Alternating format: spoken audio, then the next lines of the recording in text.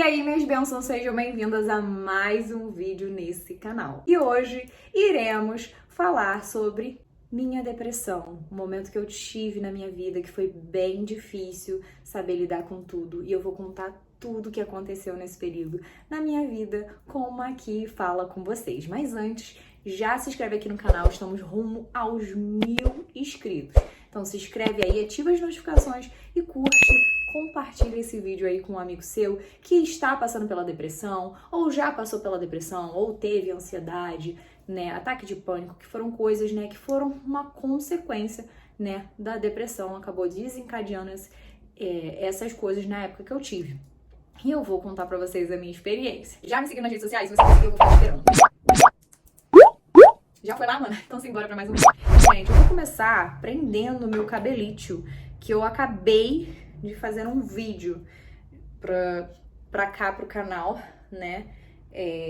Inclusive ele está assim, gente, brilhoso, ó, super hidratado, porque eu acabei de fazer um vídeo, né, mostrando esse resultado aqui, como é que chegou nesse resultado aqui, com um mega produto maravilhoso, gente. E eu dou dicas aqui de cabelo, então corre lá no canal, tem lá no canal vídeos, né, esse produtinho que eu usei no meu cabelo, pra ele estar assim super macio, super hidratado, é um produtinho da Wella. Então corre lá pra você garantir e você não perder as dicas. E fica até o final que eu sempre dou uma dica, né, no vídeo. Vou fazer uma maquiagem bem básica, eu vou sair, então não sei se eu vou chorar ou alguma coisa assim, então eu vou fazer uma coisa bem básica, aquela maquiagem bem basiquinha mesmo, bem leve, nada muito rebocão. Eu uso esse Baby Cream aqui da L'Oreal, ele é muito bom, ele hidrata, ele suaviza os poros, as imperfeições, uniformiza, ele tem ação anti-brilho, protege da UV, então ele é bem levinho, então eu vou usar ele.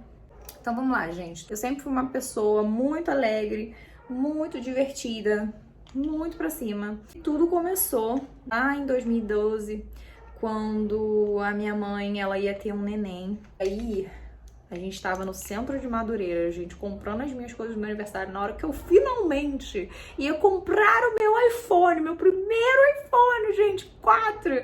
A minha mãe, ela passa mal, gente, ela tava grávida de 8 meses.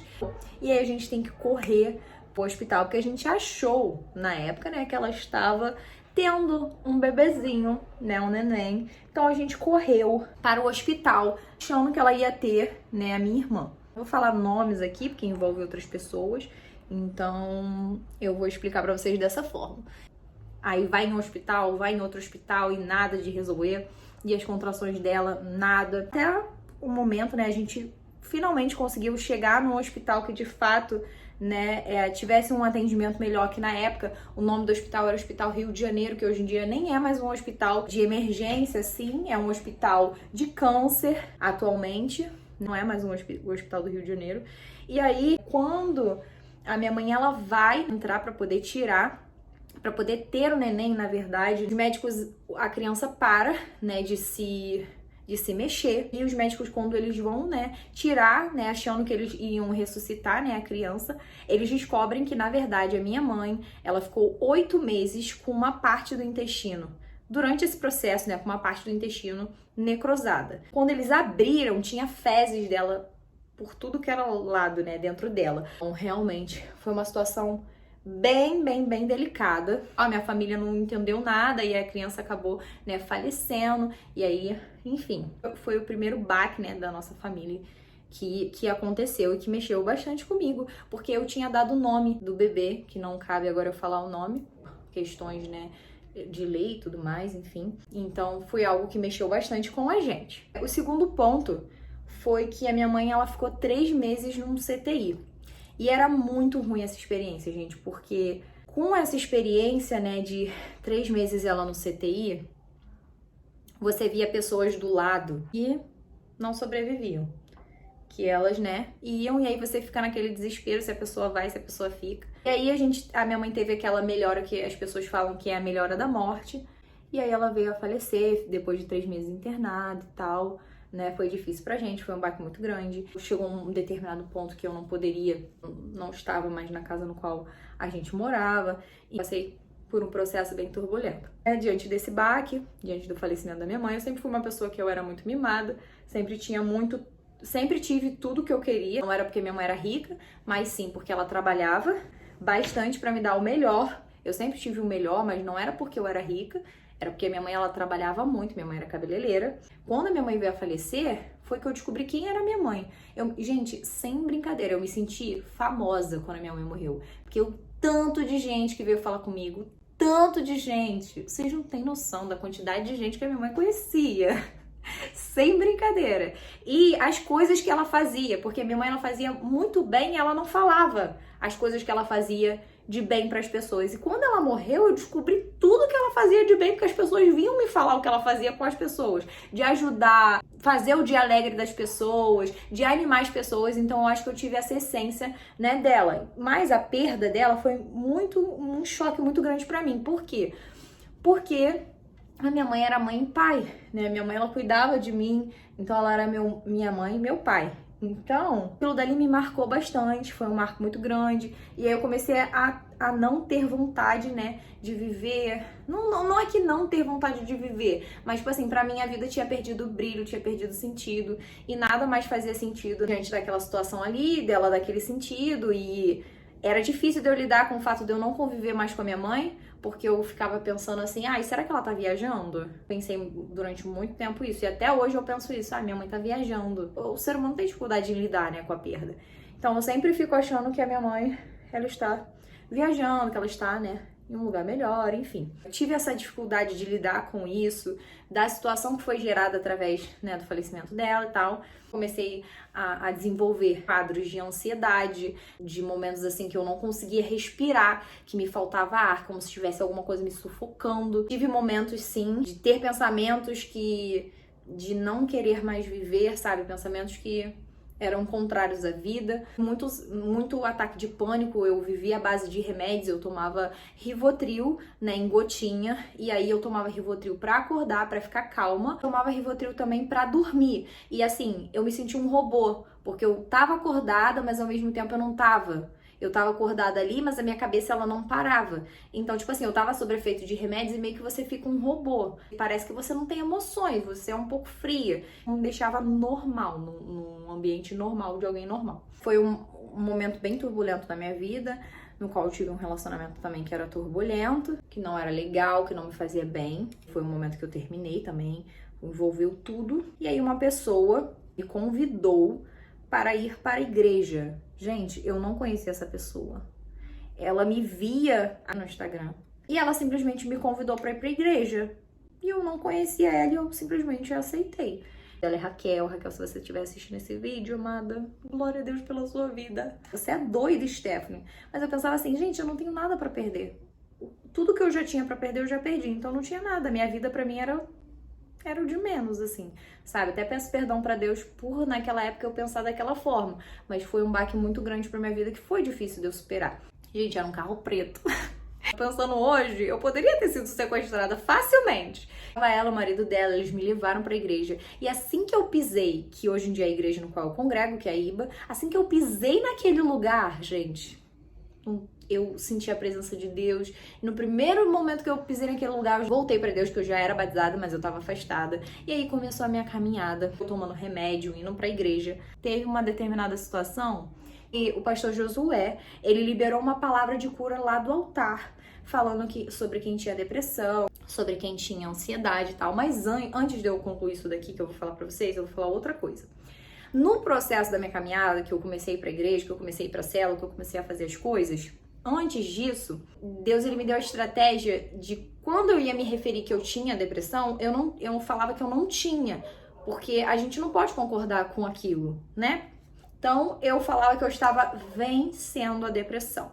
Então, se você tem depressão, a partir de hoje, porque a palavra, amada, ela tem poder. Jesus criou o mundo e a primeira coisa que ele fez, que era um caos aqui, a primeira coisa que ele falou é haja luz. E nem o sol, ele existia. Mas quando Jesus, ele dá uma ordem, tem que acontecer, amada. Ele poderia ter instalado, ele poderia ter apertado um botão, ele poderia simplesmente ter pensado e houve luz. Mas não, porque ele falou. Porque a palavra, ela tem poder. Então, a partir de hoje, você que tem depressão, você que tem ataque de pânico, você que tem ansiedade, você vai falar: falar: estou sendo curada da depressão, estou em processo de cura da depressão.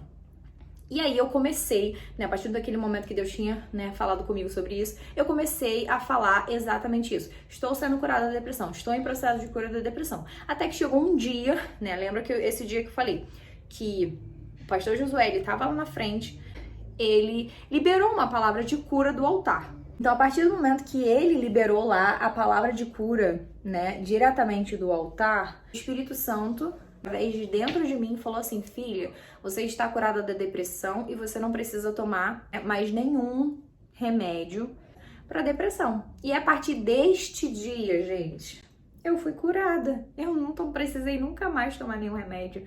E eu não tive aqueles ataques que eu tinha de pânico, que eu ficava, me encolhia assim igual uma criança, e eu ficava naquele estado ali horrível. Então assim, se você estiver passando por isso, tenha fé, sabe? O Senhor, ele é capaz de curar a sua vida assim como ele curou a minha, sabe? Eu tive uma experiência muito grande com Deus. A depressão é uma doença. Muitas das vezes, algumas pessoas, né, que estavam comigo, elas não acreditavam que eu tinha depressão, falavam que eu era doida, que depressão era palhaçada, que depressão não existe.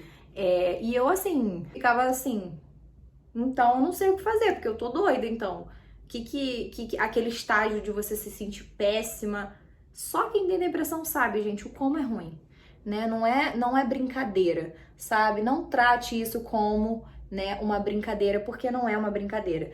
Inclusive, eu faço, né, tratamento até hoje com a minha psicóloga maravilhosa, Andréia. Eu vou deixar aqui nos destaques o Instagram dela, né, para vocês entrarem, né, em contato com ela. Porque assim, gente, ela é maravilhosa. Eu estou com ela, sem brincadeira, eu acho que uns 5 anos.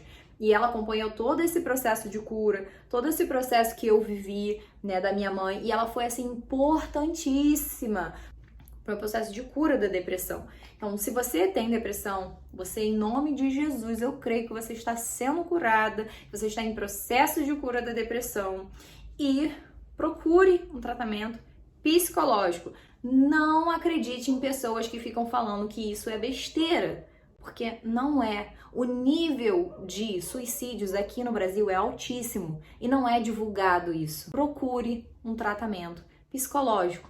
É muito importante você fazer esse tratamento, assim como eu procurei um tratamento e comecei a fazer, porque a nossa mente, gente, a nossa saúde mental, elas têm que estar em dia. E é um cuidado que você precisa ter diário.